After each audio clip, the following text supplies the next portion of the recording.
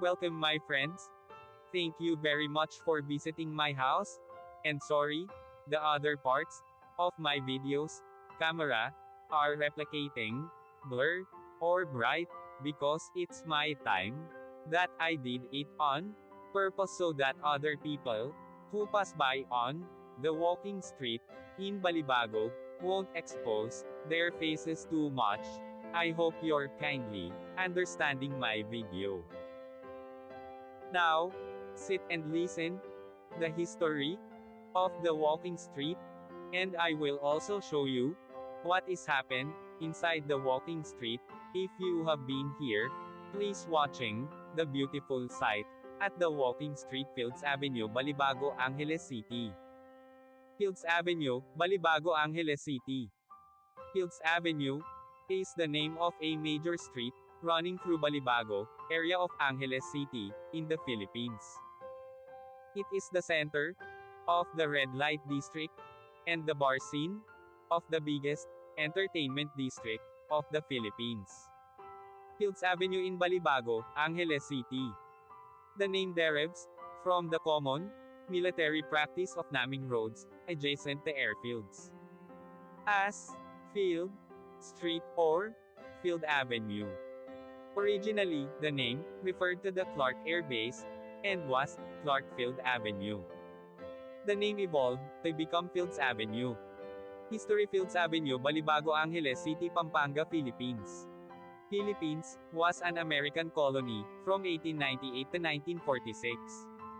Bars on Fields Avenue.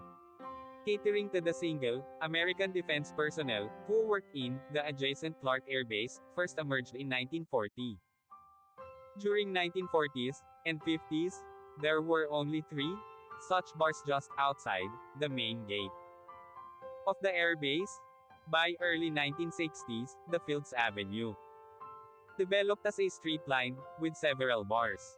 From November 1955 to April 1975, America fought Vietnam War. As the number of American troops in this war grew, more and more forces were deployed at Clark Air Base or routed through it. This led to a pro-life ration of bars, live bands, and prostitution, the latter mostly by young Filipino women, most of them either teenagers or 18 hanggang 55 years old. By the 1970s, there were more than 150 bars and prostitution joints along Fields Avenue. This led to a mushrooming of related ancillary industries in the vicinity, namely music bands, hotels, doctors, hairdressers, and money exchange transfer services. In its heyday, Fields Avenue provided direct or direct employment to nearly 20,000 Filipinos, including plumbers, electricians, and security guards. In the 1980s, though the American presence remained steady, the bars and prostitution shops continued the pro-life rate. Many bars and prostitution dens were owned by Americans, as well as local politicians, thus leading to a nexus between the locals, politicians, and American military and ex-military personnel. With the withdrawal of American Defense Forces from Clark in 1993, many of these establishments changed hands, but continued to do business. As Clark was turned into a Special Economic Zone, SEZ, these bars and prostitution joints changed their clientele to suit their new customers, Japanese and Korean businessmen. Restaurants serving food from these countries began to appear, and signboards in these languages were put up. The period from 2000 hanggang 2010 saw further expansion of these joints, as the area was relabeled as an entertainment district. While prostitution was officially banned, girls working here were simply redesignated as guest relations officers, GRO, and prostitution continued in practice.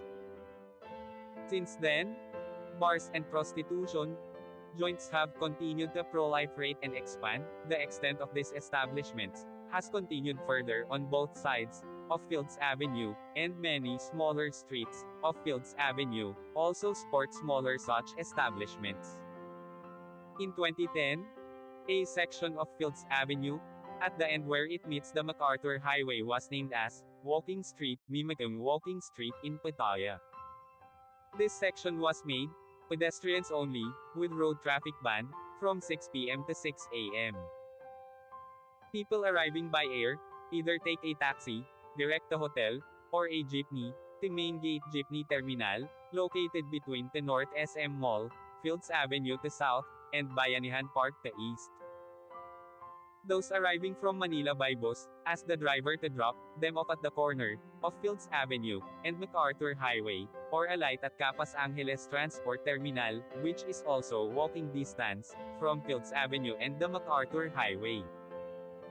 The presence of family-oriented activities on the other side of Fields Avenue, namely shopping malls, as well as activity centers in Clark Air Base, has led to a neat separation between the two. Fields Avenue tends to cater more to single foreigner men. And sometimes women too, with at least 5 bars, featuring gigolos and gays, while the rest of Clark caters to family-based entertainment. Fields Avenue remains among the safest streets in the region, with restaurants and hotels. Fields Avenue has the largest density of hotels in Philippines, catering to all budgets, from a large number of 2-star and 3-star hotels, right up to a select few luxurious 5-star hotels. Many of the bars and hotels in Fields Avenue have restaurants attached.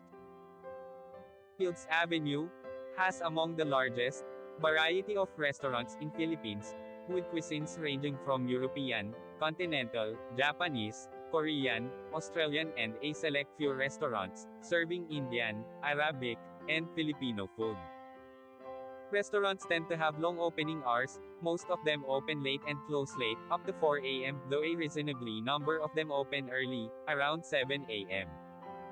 A few restaurants are open 24 hours. Most Filipino and international fast food chains including McDonald's, KFC, and Jollibee have at least one branch along or near Fields Avenue. 24 Hours Police Station is located in the center of Fields Avenue. Thank you so much. See you my next video.